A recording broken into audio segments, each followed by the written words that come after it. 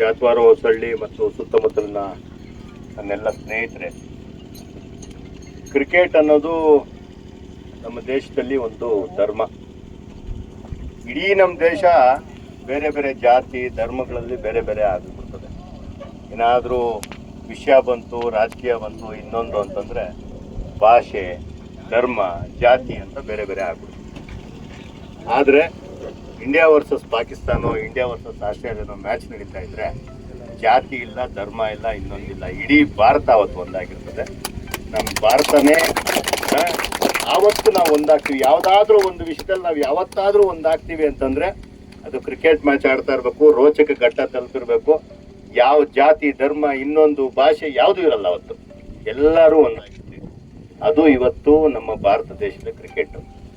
ಇವತ್ತು ಆ ಕ್ರಿಕೆಟ್ ತುಂಬಾ ಬರೀ ಆಟ ಆಗಿ ಮಾತ್ರ ಉಳಿದಿಲ್ಲ, ಅದೊಂದು ದೊಡ್ಡ ಉದ್ಯಮ ಆಗ್ಬಿಟ್ಟಿದೆ. ನೂರಾರು ಜನಕ್ಕೆ, ಸಾವಿರಾರು ಜನಕ್ಕೆ, ಲಕ್ಷಾಂತರ ಜನಕ್ಕೆ ಊಟ ಕೊಡುವಂತ ಕೆಲಸ ಮಾಡ್ತಿದೆ ಇವತ್ತು. ಅಷ್ಟೊಂದು ರೆವಿನ್ಯೂ ಜನರೇಟ್ ಆಗ್ತಿದೆ. ಮತ್ತೆ ತುಂಬಾ ಜನ ಹುಡುಗರಿಗೆ ಬೇರೆ ಬೇರೆ ಆಯಾಮಗಳಲ್ಲಿ, ಬೇರೆ ಬೇರೆ ಮಾದರಿಗಳಲ್ಲಿ ಕ್ರಿಕೆಟ್ ಆಡೋ ಅವಕಾಶ ಸಿಗ್ತಿದೆ. 3 ದಿವಸದಿಂದ ಸ್ವಲ್ಪ ಬೇಜಾರಾಗ್ತಿತ್ತು, ಅಂದ್ರೆ ಒಂದ್ ಸ್ವಲ್ಪ ಸುಸ್ತಾಗಿತ್ತು, ಏನಾದ್ರು ಮಾಡ್ಬೇಕು, ಮನೆಗೆ ಹೋಗಿ ಯಾವುದೋ ಒಂದು ಚಾನಲ್ ನೆಟ್ಫ್ಲಿಕ್ಸ್ ಅಲ್ಲೋ ಅಥವಾ ಪ್ರೈಮ್ ಅಲ್ಲೋ ಮರ್ತೋಗಿದ್ದೀನಿ, 3 ದಿವಸದಿಂದ ಒಂದು 10ನೇ ಸಲ ನೋಡಿರ್ಬೋದು. 1983 ಮೂವಿ. ಕಪಿಲ್ ದೇವ್ ಅವರು ಫಸ್ಟ್ ಟೈಮ್ ಗೆಲ್ತಾರಲ್ಲ ಟೂರ್ನಮೆಂಟ್, ಅದನ್ನ ನೋಡ್ಕೊಂಡಿದ್ದು ಒಂದು 3 ಅವರ್ ಮತ್ತೆ ಎನರ್ಜಿ ಎಲ್ಲ ವಾಪಸ್ ಬಂದಂಗೆ. ಅಂದ್ರೆ ರಿಲ್ಯಾಕ್ಸ್ ಮಾಡೋದಕ್ಕೆ ನಾವ್ ಏನ್ ಮತ್ತೆ ನೋಡ್ತೀವಿ ಅಂತಂದ್ರೆ ಮತ್ತೆ ಕ್ರಿಕೆಟ್. ಏನೋ ಒಂದ್ ನೆಪ ನಮ್ಗೆಲ್ಲ. ಕ್ರಿಕೆಟ್ ಅನ್ನೋದು ಜೀವನದಲ್ಲಿ ಅಷ್ಟೊಂದು ಹಾಸು ಹೊಕ್ಕಾಗ್ಬಿಟ್ಟಿದೆ. ಅದನ್ನ ಇವತ್ತು ಇಷ್ಟು ಚೆನ್ನಾಗಿ ಆಡಿದೀರಾ. ಇವತ್ತು ಬರೀ ಸಿಟಿಯವ್ರಿಗೆ ಮಾತ್ರ ಕ್ರಿಕೆಟ್ ಉಳ್ಕೊಂಡಿಲ್ಲ, ಹಳ್ಳಿಯಲ್ಲಿ, ಗಲ್ಲಿಯಲ್ಲಿ ನಾವು ಕ್ರಿಕೆಟ್ ಆಡ್ತೀವಿ, ಸಂಭ್ರಮ ಪಡ್ತೀವಿ. ನಿಜವಾಗ್ಲೂ ನನ್ನ ಆತ್ಮೀಯ ಸ್ನೇಹಿತ ತಮ್ಮ ರಘು ಎಷ್ಟೋ ಸಲ ಬೇರೆ ಬೇರೆ, ಮೊನ್ನೆ ಅಂತೂ ಇನ್ನೂ ದೊಡ್ಡ ಟೂರ್ನಮೆಂಟ್ ಏನೋ ಮಾಡ್ದ ಅಂತ ಅನ್ಸುತ್ತೆ. ನಂಗೆ ಬರೋಕ್ಕಾಗಿಲ್ಲ ಕೆಲಸಗಳು ಒತ್ತಡದಲ್ಲಿ. ಇವತ್ತು ಅಷ್ಟೇ ಬೆಳಗ್ಗೆಯಿಂದ ಒಂದು 7-8 ಸಲ ಮಾತಾಡ್ಕೊಂಡಿರ್ಬೋದು.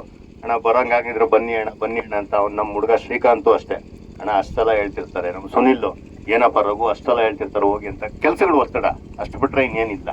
ಆಯ್ತು, ಏನೇನೋ ಮುಗಿಸ್ಕೊಂಡು ಅದು ಇದು ಸ್ವಲ್ಪ ಅಡ್ಜಸ್ಟ್ ಮಾಡ್ಕೊಂಡು ಬಂದ್ವಿ. ನಮ್ಮ ಅದೃಷ್ಟಕ್ಕೆ ಫೈನಲ್ಸ್ ಸಹ ಮುಗಿದಿತ್ತು. ನಿಮ್ಮನ್ನೆಲ್ಲ ಮಾತಾಡೋ ಅಂತಹ, ನಿಮ್ಮನ್ನೆಲ್ಲ ಭೇಟಿಯಾಗಂತಹ ಅವಕಾಶ ಸಿಕ್ತು.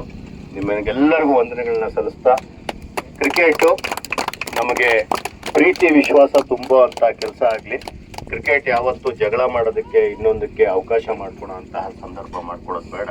ಕ್ರಿಕೆಟ್ ಬರೀ ಮನಸ್ಸಿನಲ್ಲಿ ಖುಷಿ ಕೊಡುವಂತಹ ಕೆಲಸ ಮಾತ್ರ ಮಾಡಲಿ ಅಂತ ಹೇಳ್ತಾ, ನಿಮ್ಗೆಲ್ಲರಿಗೂ ಒಳ್ಳೇದಾಗ್ಲಿ. ಯುವಕರೆಲ್ಲ ಇದ್ದೀರಾ, ನಿಜಕ್ಕೂ ಖುಷಿ ಆಗುತ್ತೆ. ನಿಮ್ಗೆಲ್ಲರಿಗೂ ಒಳ್ಳೇದಾಗ್ಲಿ.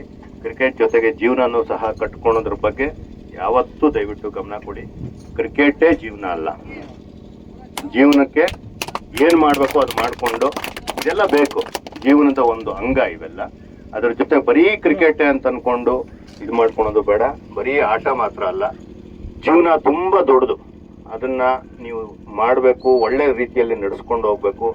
ತಂದೆ ತಾಯಿ ಕಡೆ ಗಮನ ಕೊಡಬೇಕು. ನಿಮ್ಮ ಅಣ್ಣ ತಮ್ಮಂದ್ರು, ಅಕ್ಕ ತಂಗಿರು ಯಾರಿದ್ದಾರೆ ಅವ್ರ ಕಡೆ ಗಮನ ಕೊಡಬೇಕು. ಯುವಕರು ಇದ್ರ ಕಡೆ ಗಮನ ಕೊಟ್ರೆ ಮಾತ್ರನೇ ಇದಕ್ಕೆಲ್ಲ ಒಂದು ಅರ್ಥ. ಈಗ ತಾನೇ ನೀವು ಯೌವನ ಅನುಭವಿಸ್ತಾ ಇದ್ದೀರಾ, ಒಳ್ಳೆ ಕಾಲಘಟ್ಟದಲ್ಲಿದ್ದೀರಾ. ದಯವಿಟ್ಟು ಏನಾದ್ರೂ ಒಂದು ಸಾಧನೆ ಮಾಡಕ್ಕೆ. ಸಾಧನೆ ಅಂತಂದ್ರೆ ಬಿಲ್ ಕ್ಲಿಂಟನ್ನೇ ಆಗ್ಬೇಕಾಗಿಲ್ಲ, ನರೇಂದ್ರ ಮೋದಿ ಆಗ್ಬೇಕಾಗಿಲ್ಲ, ದೇವೇಗೌಡರೇ ಆಗ್ಬೇಕಾಗಿಲ್ಲ.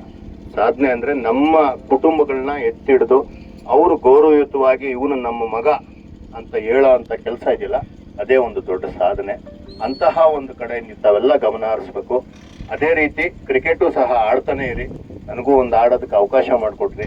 ಇಷ್ಟೆಲ್ಲ ನನಗೊಂದು ಅವಕಾಶ ಕೊಟ್ಟಂತಹ ನನ್ನೆಲ್ಲ ನೀವು ಸ್ನೇಹಿತರಿಗೂ ವಂದಿಸ್ತಾ, ಥ್ಯಾಂಕ್ ಯು ಸೋ ಮಚ್.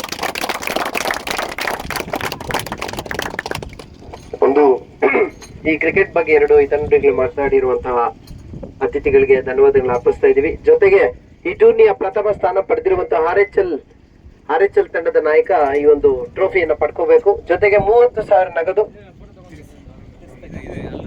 ಆರ್.ಎಚ್.ಎಲ್ ನ ನಾಯಕ ಪಡ್ಕೊಳ್ತಾ ಇದ್ದಾರೆ. ಮುಖ್ಯ ಅತಿಥಿಗಳಾಗಿರುವಂತಹ ಸಂದೀಪ್ ರೆಡ್ಡಿ ಅಣ್ಣರವರನ್ನು